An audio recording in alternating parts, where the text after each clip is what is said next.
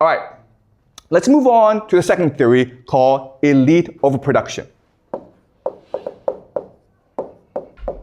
And this was proposed by a historian named Peter Turchin. And Peter Turchin spent decades looking at why societies rise and fall. He looked at the Roman Empire. He looked at the French Revolution. He looked at many different examples. And what he believed is societies fall, decline, collapse because of the idea of elite overproduction, meaning you have too many powerful people competing for limited positions of power. All right? So to understand this, I'm going to talk about another experiment called rat utopia. And rat utopia was a series of experiments conducted by an American scientist named James B. Calhoun. And what James Calhoun was trying to do in his experiments was trying to figure out what living in a world of abundance and wealth and security meant. After World War II, the world was divided between the United States and the Soviet Union. It was the Cold War. But it was also a time of increasing abundance due to technology and peace. And the population was increasing. So James Calhoun conducted these experiments to figure out what this meant for the world. So what he did was this. He had a room, okay, that was sealed off from the world.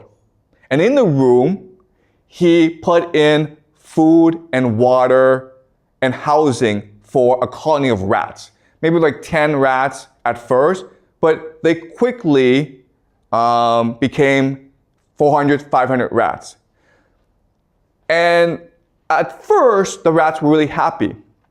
But no matter how Calhoun configured the experiment, ultimately, the rats always ended up killing each other. Okay? So what he discovered is, if you live in a world of abundance and security, the end result is the rats always kill each other. And he kept on doing this for 20 years. And he could never, ever create a situation in which the rats lived peacefully. And he could never figure out why this was the case. And even today, there's a huge debate as to why this is the case. But he had a theory, okay? And the theory is this. The rats were not competing for food. They were really competing for status. All right. So let's think about this, okay? In a state of nature, in the real world, rats compete each other for mating rights, right? So you see a beautiful rat and you fight over her, right? The rat who wins out is now the alpha male. And the alpha male can have as many female companions as he wants. Okay? And what do the other rats do? In nature, what will the other rats do? Fight against them. Well, the other rats will probably run away, go somewhere else, and find other female companions, right? Because everyone's trying to be the alpha male. But what's the problem with James Calhoun's experiment? Why do they fight each other? Because they can't be the alpha male. There's no place for them to go. They're stuck where they are. You understand? So status is what we call a zero-sum game. I win, you lose.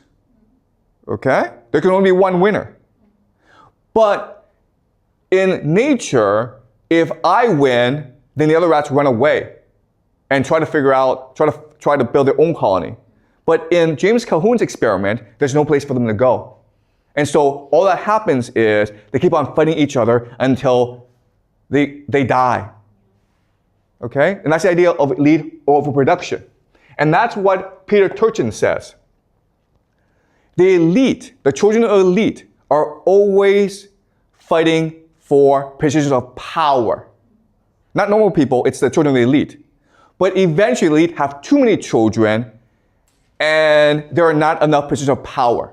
Okay? Another way of saying this is that in China today, there are too many graduates of Peking University, Beida, and Tsinghua University, Tsinghua, right?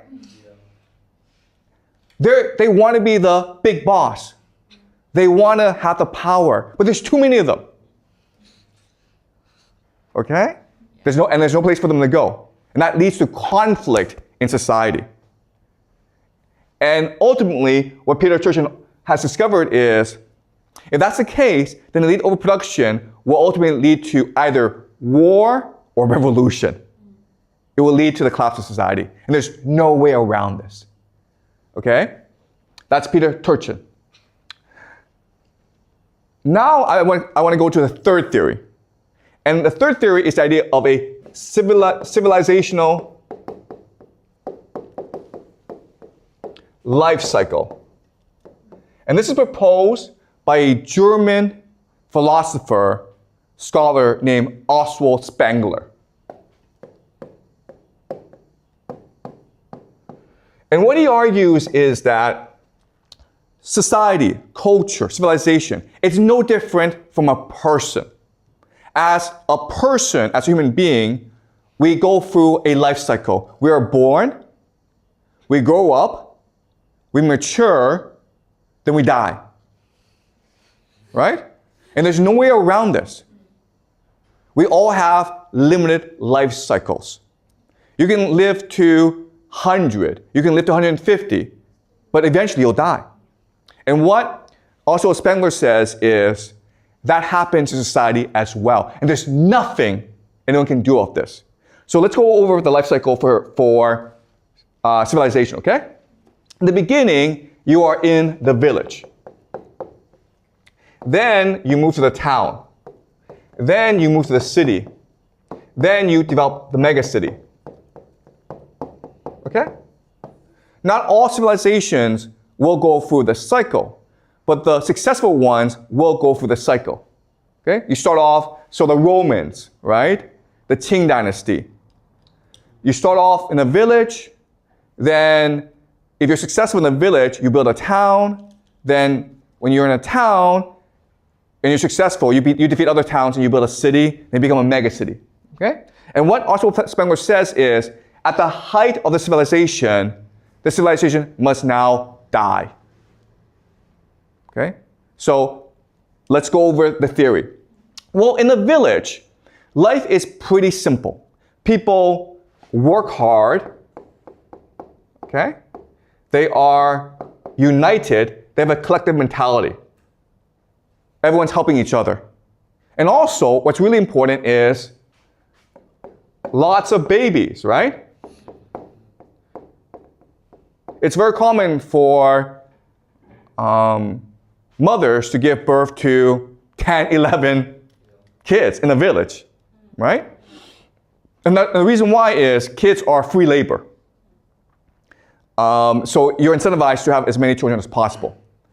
Okay, so this is the framework of a village.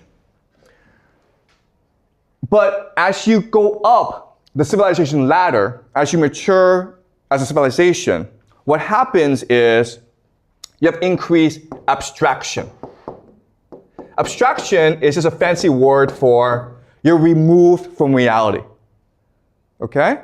So when you're in a village, you understand everything, right? You understand, oh, the food that I eat comes from the seeds I implant, right? But when you're in a city, guess what?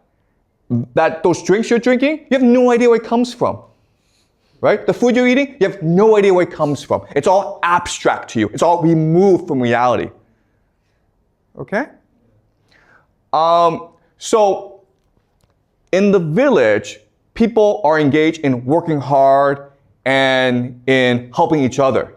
But as you move up, people become much more individualistic. Right? You're concerned about your own personal pleasure. You're concerned about how do I derive benefit from this? Okay? So another way of saying this is, in a village, what keeps people together are emotions and tradition and relationships. But when you move to a megacity, what is it that holds people together? It's money, right? Money is the greatest abstraction. The problem with money is that it means we don't have to ever trust each other. In a village, if you get sick, everyone comes and helps you, right? But in the city, if you get sick, you go to the hospital and pay the doctor. Your neighbors don't have to care. Your family doesn't have to help you. Okay? So you become individualized. You become atomized. Okay? And in this megacity, what happens is because you are concerned only about your own individual pleasure, you don't work hard anymore. In fact, what you want to do is you want immigrants to work for you, right? You no longer care about other people. All you care about is yourself. And guess what, guys? You don't want to have any children. Okay? And that's why the megacity represents the death of civilization. And what is Beijing? What is Shanghai? What is Washington, D.C.? What is New York? What is Paris? What is London? They're all megacities. Okay? And that's why we have these trends. And what Oswald Spengler says is, there's nothing anyone can do about this. It is a natural life cycle. All right? So these are the three major theories I want you guys to remember. Okay? Sorry, can you give the microphone? Yeah, can you just speak to the microphone? But what if there is a universal target that forces everyone needs to work together? You know, will that work out to like everyone just put down all of these problems and figure out the... Yeah, okay, I understand.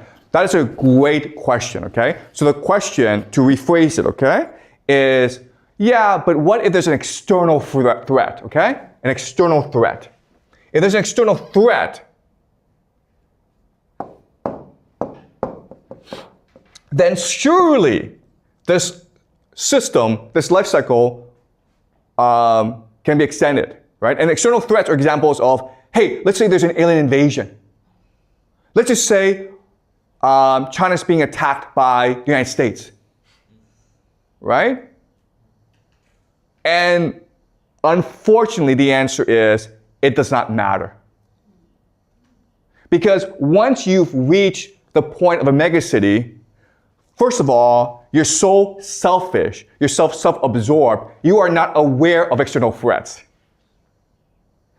The other issue is, you're no longer capable of working together because you don't trust each other. Okay? So the external threats factor doesn't really matter. But that's a great question. Thank you for asking, okay? Yes, in theory, oh my God, if aliens come, then humans would unite. No, that's not what would happen, okay?